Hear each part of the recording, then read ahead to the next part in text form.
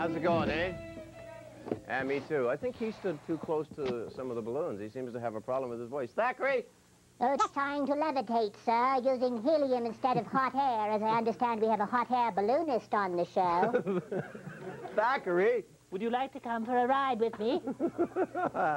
I'd like you to take a ride, but I wouldn't like to go with you. Go stand by the door and be ready for our first guest. That, by the way, is Edward Thackeray III, my personal valet,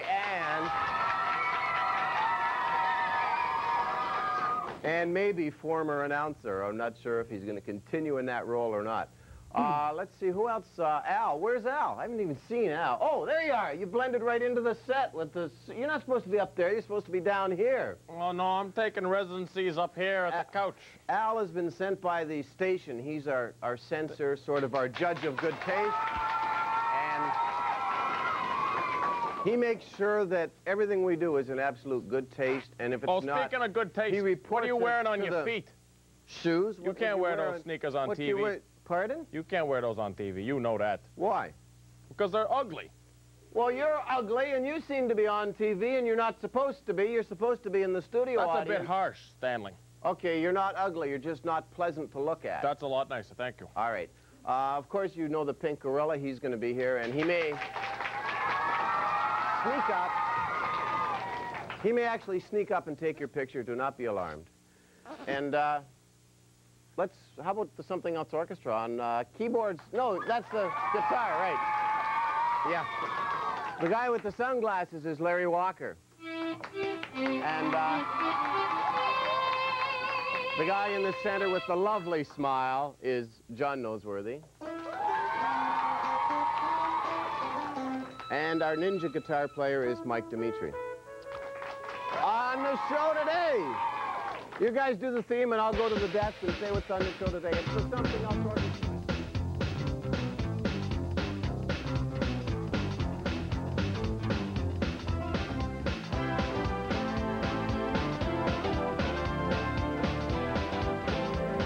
We have a hot air balloonist, a Paralympic athlete, a wheelchair athlete, whose name is Jamie Bone, and he has a gold medal. And we also are going to meet a man who's building a biplane, his very own biplane, that he's building in his rather large garage. Let's welcome our first guest. His name is Paul Martin. He's not only an attorney at law, but his hobby is hot air ballooning. Here is Paul Martin. I'll get it.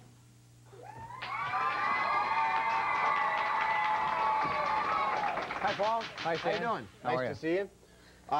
You didn't step on the black carpet, did you? Yeah, I did, actually. Thackeray, I have a note for the band, if you would just run that over to them. Certainly. Thank you very much. So you're a hot air balloonist? Yes. Now, is that a very expensive hobby? It can be.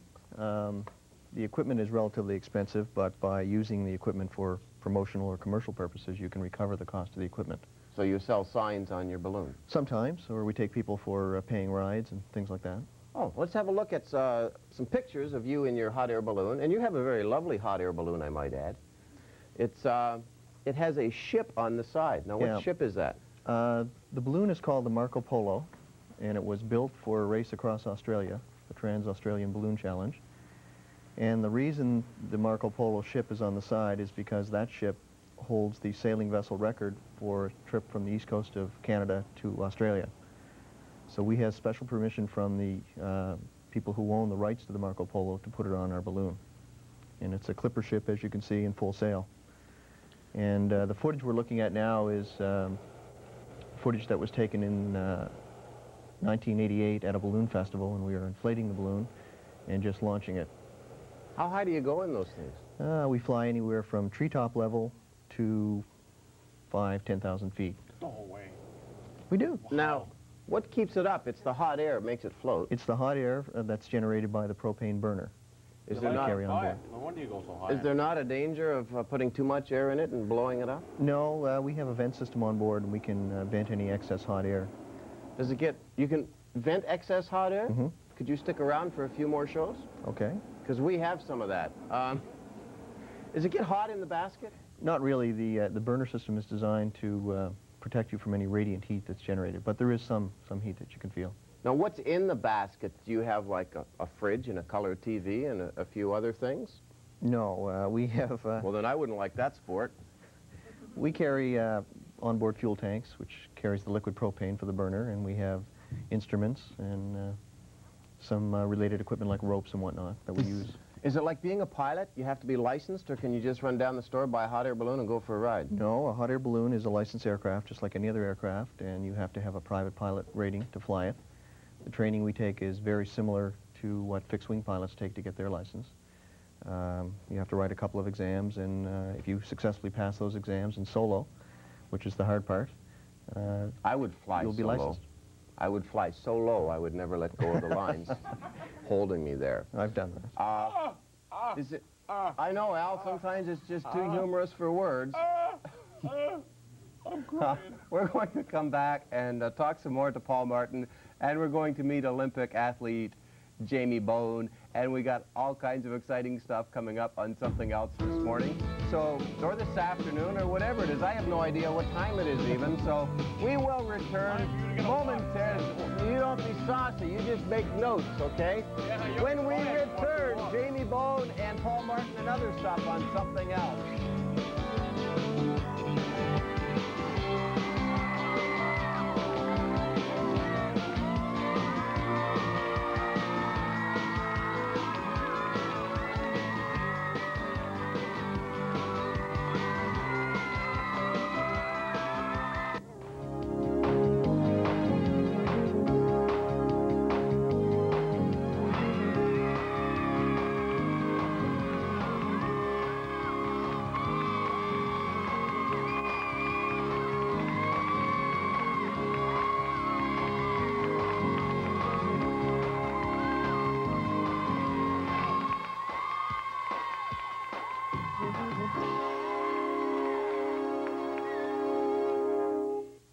Do you know how to put one of these together? Because this is my little model, and I'm not good at this. Can you help me? Can you It's read too complicated for me. Oh, look at this. This can be put together by a child of any age. Here, you know how to do it. You do it for me. Right now, we're going to meet a man who could not only do this, but he is building his own biplane. It has 2 wings, and his name is Gerry Burr.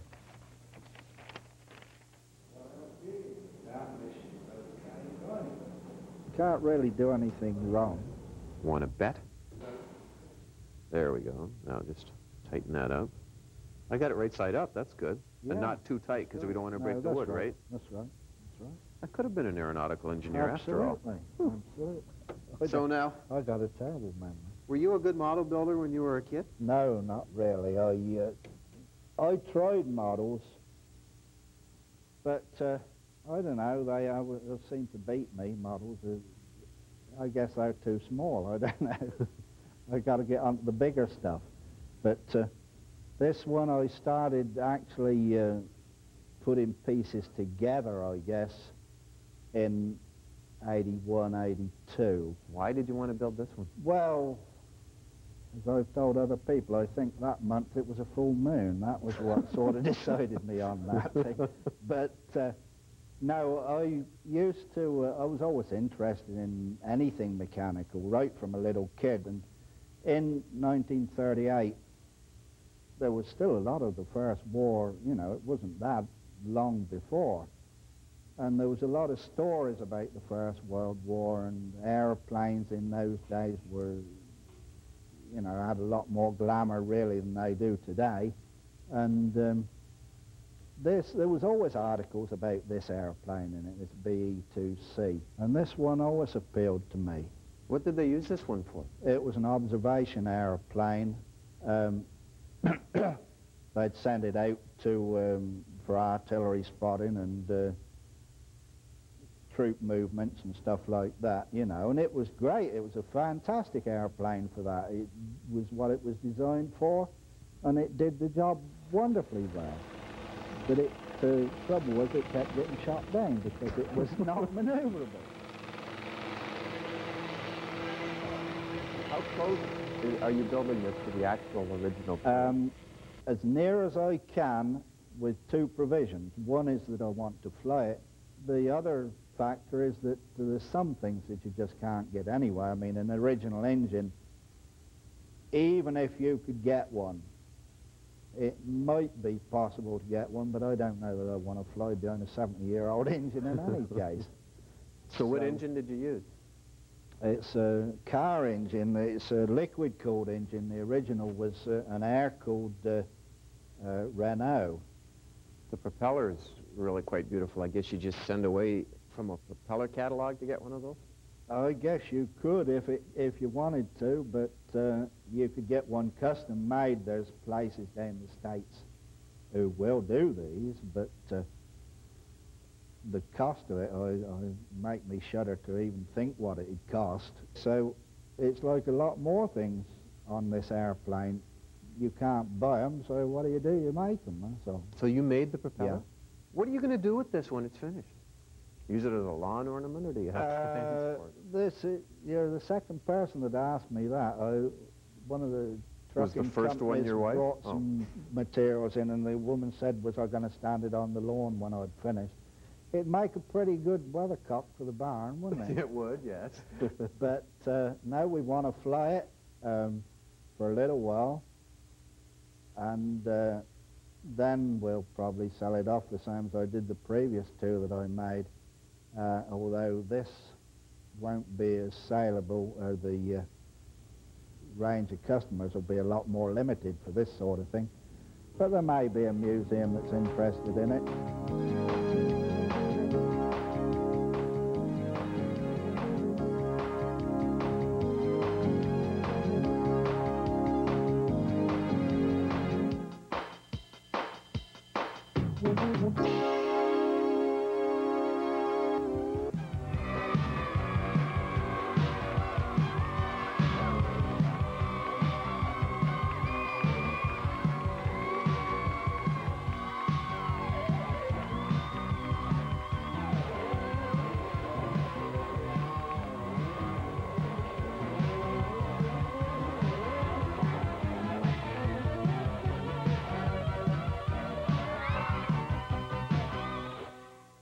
Trust balloons. No, I'm gonna make a jet. You want a jet? Yeah, well, I'd rather you go put for a the jet jet than a together balloon, I'll tell you and that. do it quietly, because I'm about to introduce our next guest. Well, you just do what you gotta do, Stan. Our next guest is a gold medal winner at the Paralympics in Seoul, Korea, and his name is Jamie Bone. Here is Jamie Bone. Hi, Stan. Jamie, how's it going? Oh, pretty Be good. careful of the black carpet. Oh. Don't step. It's well, too late. It's okay. It's okay. How do you do? Nice to see you, Jamie. Nice to see Welcome you. to the show. I forgot to mention that Thackeray is pretty sensitive about the black carpet because he has to clean it, and it's kind of hard for him to keep it clean. Okay, Sorry, Thackeray, Thackeray. let's not get on a roll, okay? What are the Paralympics? The Paralympics are the Olympics for the physically disabled. There are 4 different groups that participate. There's the blind, which are totally and partially blind. There's amputees, and there's wheelchair athletes, which are spinal cord injured or spina bifida, and also there's cerebral palsy athletes. Thackeray's gone to get your chair. He's going to bring in your special chair. Now, the wheelchairs are much different than a wheelchair we would see on the street. Yes, it's a specially designed racing chair. It's very, very lightweight, weighs about 13 pounds. And as you can see, there's not much to the chair, and it's all aerodynamically designed. Special measurements were taken so that I could fit in the chair just right, and so I wouldn't move around very much while I was racing. What makes a chair legal? Obviously, I guess you can't have a motor. Have a donut, by the way. Thanks. Help yourself. All right, Rufus. Just be careful of the... Oh, sure, with Rufus, but try not to get it on the black carpet, because that would upset Thackeray. Oh, okay. What? Oh, you got it on the black hair. Oh. Al, you get that. You get... Guys, that doesn't matter, okay? Jamie's just being nice to Rufus. What makes a chair legal? I guess you can't have a motor on Well, it, but no, do you're they not have allowed- other requirements? There are a number of rules. The chair is allowed to be a certain length and can't be over that length, or you're disqualified in a race. And that actually happened in Korea. A couple of the Americans had illegal chairs, and the Canadians protested, and they got thrown out, and they had to find chairs that were legal. And that wouldn't be that easy to do on short notice, would it? No, the American team only had a few chairs that were legal, so they had to run around and get people out of their chairs and put them in and get them ready for the race with a couple minutes to go. So. Oh, this looks pretty basic, so I guess this wouldn't cost very much, so I guess it's pretty cheap sport to Oh, compete, I is it? wouldn't think so. No? $3,000 for that chair. For that chair? Hey, get out of here. Yes, $3,000? yes. Smoke. Al, don't even think about opening a wheelchair factory. Oh, I was going to make a little business. Forget No, it I now. don't. I don't think. And I'll does stick to it the cost balloons. you a lot to compete too, doesn't it? Yeah, it does. Last year I went to 5 or 6 different events throughout North America, and total training and traveling expenses were about $15,000. Now, the people who take part in this Olympics, I know it's kind of a sore point that you compete right after the main Olympics you did in Korea.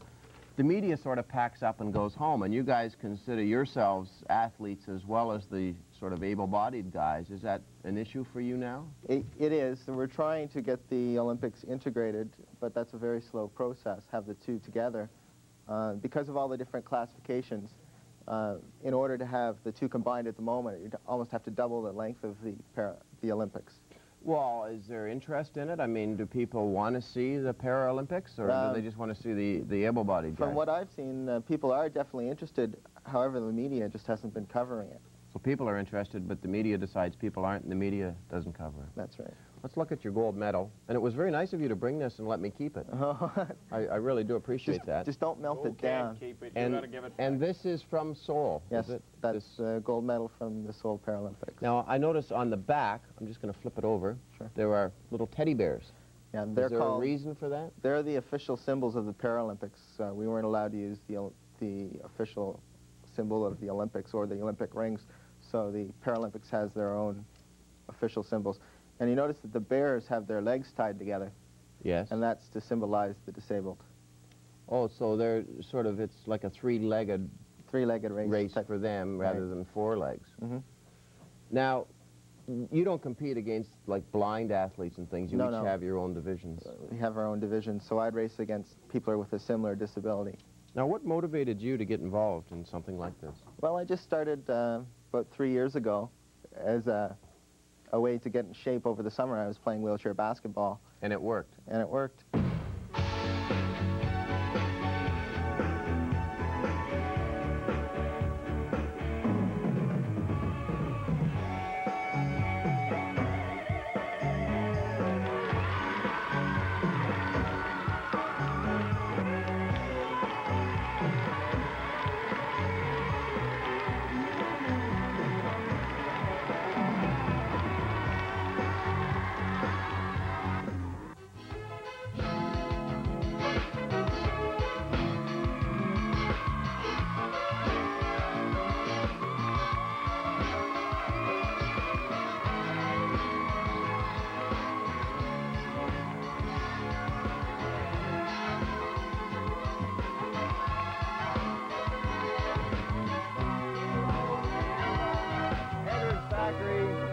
The third athlete.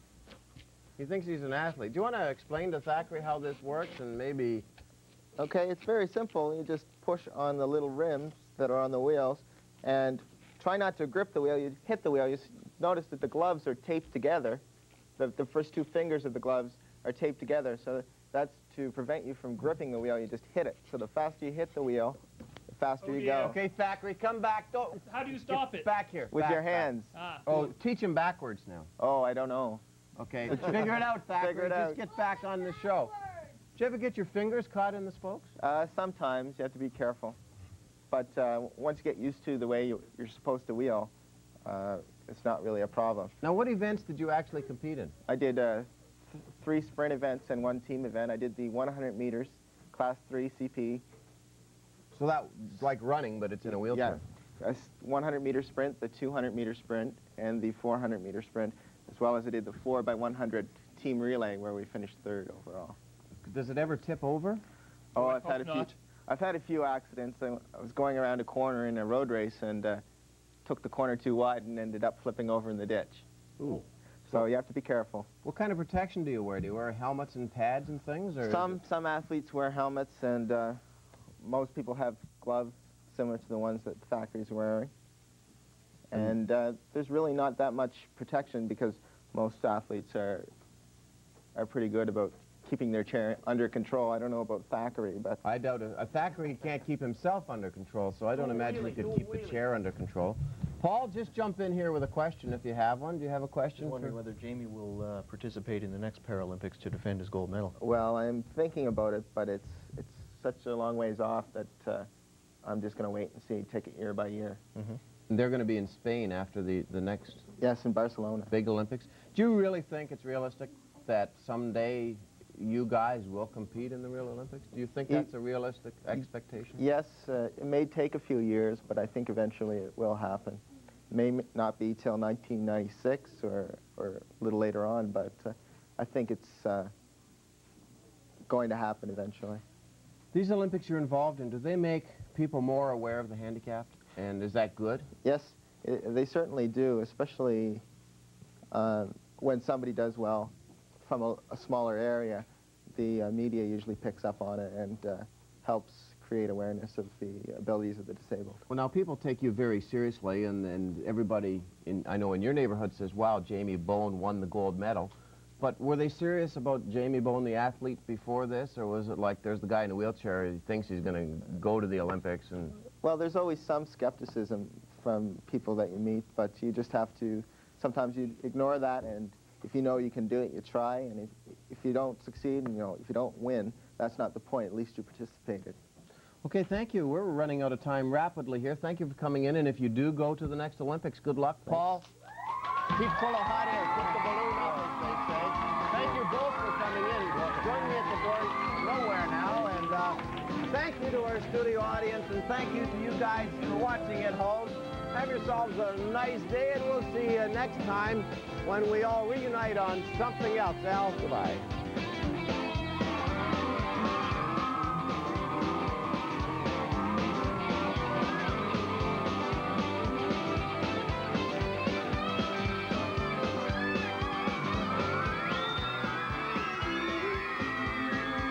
Join us tomorrow morning at 9:30 when we meet a dog that does math. Rufus is already jealous.